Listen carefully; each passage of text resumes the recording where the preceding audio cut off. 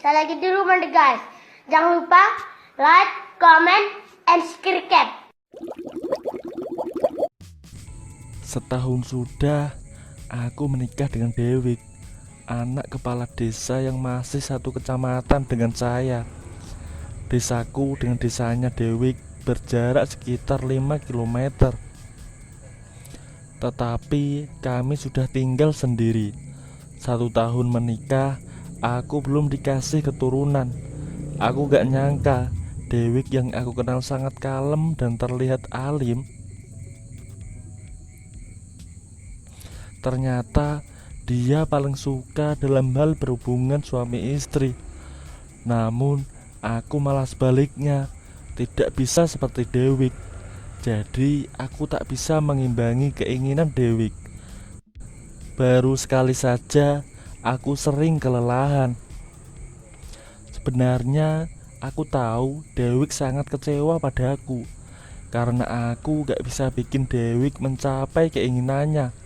Tapi aku berusaha sekuat tenagaku. Tetapi hasilnya masih nihil. Aku gak bisa buat istriku bahagia dalam urusan itu. Sebelum aku lanjut ke ceritanya, perkenalkan identitasku dulu, yang tentunya sudah aku samarkan. Namaku Bagus, umur 30 tahun. Aku bekerja di salah satu bank milik negara di daerahku. Wajahku memang ganteng, postur badanku juga oke, tinggi tegap, tetapi ya itu, aku punya kelemahan di diriku. 1 minggu kemudian, aku masih kepikiran dengan masalah ini. Jujur, aku sangat malu sama istriku. Dan aku mencoba mencari jalan alternatif supaya aku bisa mengimbangi istriku yang keinginannya sangat tinggi itu. Mau tanya teman sekantor juga nggak mungkin, nanti aku malah diledekin. Dan akhirnya malamnya aku browsing di internet tentang gimana cara mengembalikan stamina pria yang sesungguhnya. Namun malah bikin aku pusing, karena banyak sekali cara-cara itu yang disarankan di internet. Hingga akhirnya aku pun menyerah. Setelah berjam-jam aku mencari tahu tentang hal itu, aku pergi ke dapur untuk mengambil air minum. Saat aku berada di dapur, aku menemukan kertas bekas bungkus nasi. Yang di dalam kertas itu ada tulisan brosur penjual jamu mujarab untuk kaum laki-laki, dengan nomor telepon lengkap dan alamat toko jamu itu. Lalu aku iseng-iseng menelpon nomor yang tertera di kertas itu. Saat aku menelpon, ternyata yang mengangkat seorang wanita. Dari suaranya masih sekitar 45 tahunan. Awalnya aku malu bertanya, namun setelah ngobrol panjang lebar, aku beranikan diri untuk berbicara tentang masalah yang aku hadapi saat itu. Dan akhirnya wanita itu menyuruhku untuk langsung datang aja ke toko miliknya, sekalian konsultasi. Aku pun langsung bersedia datang ke tokonya, dan kita pun janjian bertemu keesokan harinya. Setelah telepon kumatikan, aku melihat jam sudah menunjukkan pukul 23.00. Aku segera menuju kamar untuk beristirahat, karena seharian sudah capek. Apalagi ditambah dengan masalah rumah tanggaku. Sesampainya di kamar, kulihat istriku tidurnya sangat pulas sekali, sehingga aku masuk pun istriku tidak tahu. Pelan-pelan mataku pun terpejam, hingga sekitar jam 7 pagi aku baru bangun. Istriku pun enggan membangunkanku. Mungkin dia masih ngambek dan kecewa sama aku. Pagi itu aku coba merayunya agar Dewi istriku tidak marah sama aku yang hanya soal masalah ini. Ya, memang di dalam rumah tangga bukan hanya materi saja yang kita butuhkan, tetapi keharmonisan juga penting yang harus benar-benar kita jaga. Tanpa keharmonisan itu, rumah tangga pasti akan mengalami kehampaan, kejenuhan, bahkan bisa terjadi perselingkuhan. Dan aku takut semua itu terjadi pada rumah tanggaku. Jadi aku berusaha agar rumah tanggaku tetap bahagia dan harmonis. Untuk itu, aku langsung bergerak cepat untuk mencari solusi dan harus segera keluar dari masalah ini. Pagi itu, aku langsung berangkat ke tempat wanita itu tanpa pamitan istriku, karena pagi itu istriku lagi pergi ke rumah orang tuanya.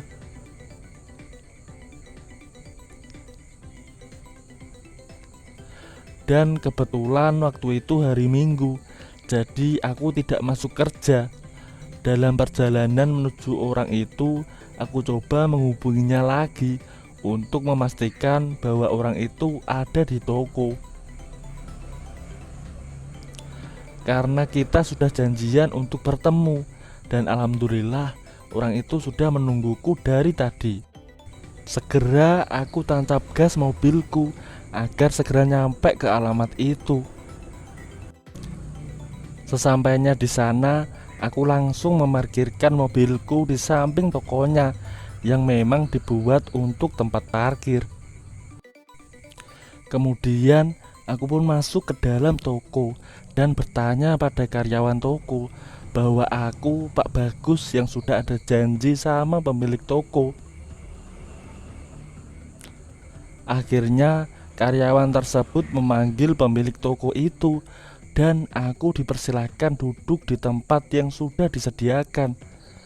Setelah menunggu 5 menit, pemilik toko pun datang. Yang ternyata orangnya sangat cantik dan mempesona. Penampilannya membuat aku terpana melihatnya. Aku pun jadi bengong saat melihat pemilik toko itu. "Selamat pagi Bapak," sapa pemilik toko yang belum aku kenal namanya. "Pagi juga Bu, kenalkan saya Bagus. Maaf mengganggu waktu Ibu," sahutku sembari memperkenalkan diri.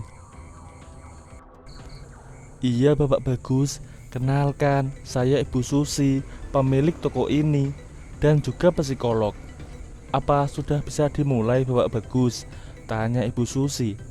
"Maksudnya Ibu sudah mulai apa? Aku yang masih nampak bingung." "Bapak Bagus kan mau konsultasi juga toh? Kesini bukan hanya beli jamu," sahutnya. "Oh iya Bu, kirain mau mulai apa?" "Hehehe," jawabku sedikit bingung. "Kalau gitu mari ke ruangan saya," ajakan Ibu Susi. "Baik Bu," sahutku. Aku pun mengikuti Ibu Susi ke ruangannya yang berada di lantai 2. Aku berjalan tepat di belakang Ibu Susi sambil melihat jalannya Ibu Susi yang berlenggak-lenggok. Pikiran kotorku sudah mulai terganggu, namun aku masih terus menjaga sikapku di depannya. Kecantikan Bu Susi memang sudah membuat lemah imanku, tapi aku tak boleh tergoda oleh kecantikannya. Karena niatku kesini untuk konsultasi tentang rumah tanggaku yang kurang harmonis. Setelah sampai di dalam ruangannya Bu Susi, aku dipersilahkan duduk di depan meja kerjanya dan mulailah konsultasi itu. Banyak pertanyaan yang ditanyakan Ibu Susi padaku. Aku pun menjelaskan satu persatu tentang permasalahan rumah tanggaku itu, yang masalahnya ada pada diriku yang kurang bisa memberikan kebahagiaan atas apa yang istriku inginkan. Lalu Ibu Susi memberikan solusi banyak tentang hal itu. "Biasanya cuma berapa lama Bapak Bagus melakukannya?" tanya Bu Susi. "Kurang lebih cuma 10 menitan Bu," jawabku sedikit malu.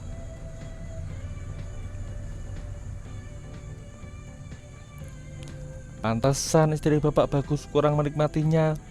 Jadi Bapak Bagus harus rutin menjalankan saran saya tadi," kata Bu Susi sambil menatapku.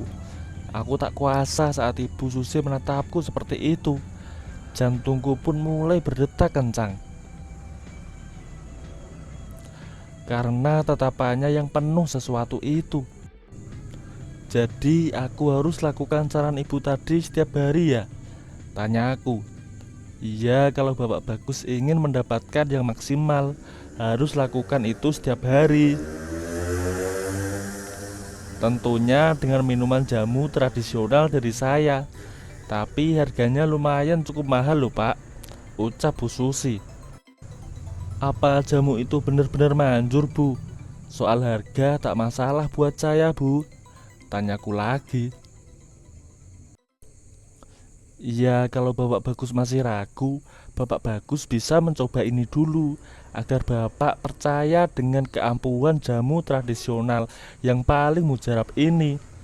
Dan nanti bisa Bapak rasakan reaksinya. Terus apa bisa bertahan lebih lama Bu? Tanyaku lagi. Nanti bisa dicoba, bisiknya lirih sambil mengedipkan matanya padaku. Aku kaget saat Bu Susi mengedipkan matanya itu, seperti ngasih kode sesuatu padaku. Kemudian aku pun mencoba meminum jamu yang diberikan Bu Susi itu. Belum ada 10 menit, aku merasakan reaksi jamu tersebut. Aku pun benar-benar merasakan badanku lebih bertenaga lagi. Bener Bu Susi, aku merasakan efek dari jamu itu, jelasku. Serius Pak Bagus, sahutnya. Lalu Bu Susi mulai berdiri dan berjalan ke arahku. Apa Bapak Bagus ingin mengetes kemampuan jamu itu? Kata Bu Susi. Maksud Ibu Susi gimana? Tanyaku balik. Ya biar Bapak Bagus lebih yakin bahwa jamu itu memang top cer khasiatnya. Aku masih dibuat bingung sama Bu Susi. Dari kata-katanya aku yakin Bu Susi menginginkan sesuatu dariku. Aku pun pura-pura diam. Lalu Bu Susi menunjukkan sesuatu padaku yang aku gak sangka sebelumnya. Dan di ruangan itulah Bu Susi menunjukkan keinginannya. Tanpa berpikir panjang, aku pun mengikuti alurnya. Bu Susi yang nampak di depan mata. Maaf Bu Susi, apa Bu Susi yakin ingin melakukan ini? Tanya aku masih belum yakin. Apa Pak Bagus masih ragu? Katanya mau dites. Ibu Susi serius kah? Kata aku meyakinkan. Pak Bagus mau apa enggak? Katanya. Baik Bu, siap, saya mau. Lalu kami pun memulainya satu persatu. Aku gak nyangka dalam percobaan itu aku sudah merasakan keampuhan dari jamu tersebut. Pelan-pelan saja Pak Bagus, nanti capek loh, kata Bu Susi. Hehe, maaf Bu, semangatku jadi bertambah. Jujur Bu Susi memang masih top, kataku yang masih menjalankan proses percobaan itu.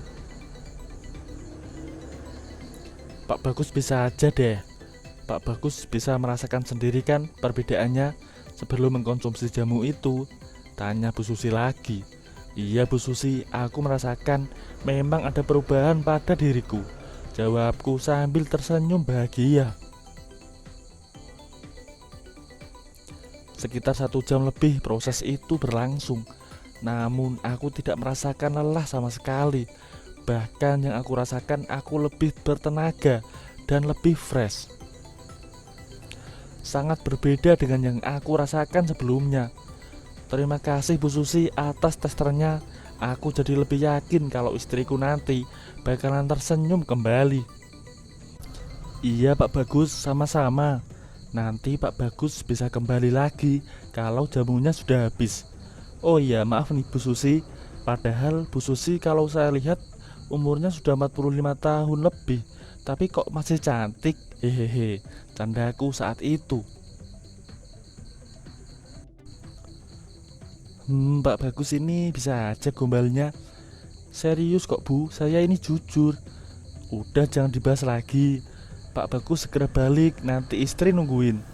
Baik Bu, sahutku. Kapan-kapan kalau Pak Bagus ingin lagi, Pak Bagus bisa kesini lagi kok. Beli jamunya, nanti saya buatin stok yang lebih banyak lagi, kata Bu Susi. Siap Bu Susi, tapi ditester lagi gak Bu Susi? Hehehe, candaku lagi. Dasar Pak Bagus ini malah ketagihan, ucap Bu Susi yang malu-malu kucing. Kalau gitu aku pamit dulu ya Bu Susi. Lain kali kalau mau kesini aku kabarin Bu Susi lagi, kataku.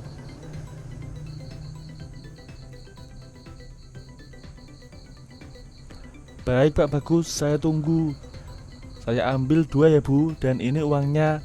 Kemudian aku langsung beranjak dari ruangan Bu Susi dengan senyuman bahagia, karena apa yang aku butuhkan sudah aku dapatkan. Aku segera pulang ke rumah dan menemui istriku di rumah orang tuanya.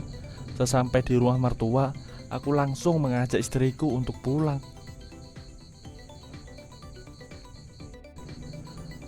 Sengaja aku ingin memberi kejutan untuk istriku. Tak lama aku coba lagi mengkonsumsi jamu mujarab itu, dan alhasil istriku langsung tersenyum bahagia. Namun istriku curiga, kenapa aku jadi berubah seperti itu. Aku pun menjelaskan semuanya pada istriku. Aku dan istriku pun kembali tersenyum bahagia karena keharmonisan rumah tangga aku kembali normal seperti dulu lagi.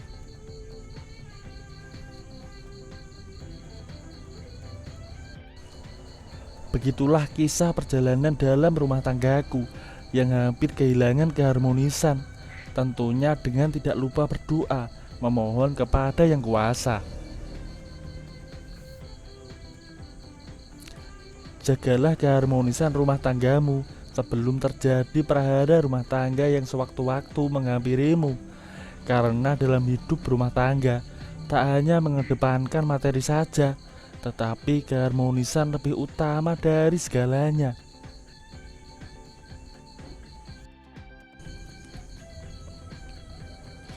Cerita ini hanyalah sebuah hiburan. Jika ada kesamaan nama, gelar maupun tempat, itu karena unsur ketidaksengajaan. Terima kasih sudah menonton cerita ini sampai selesai. Jangan lupa klik like dan subscribe ya guys.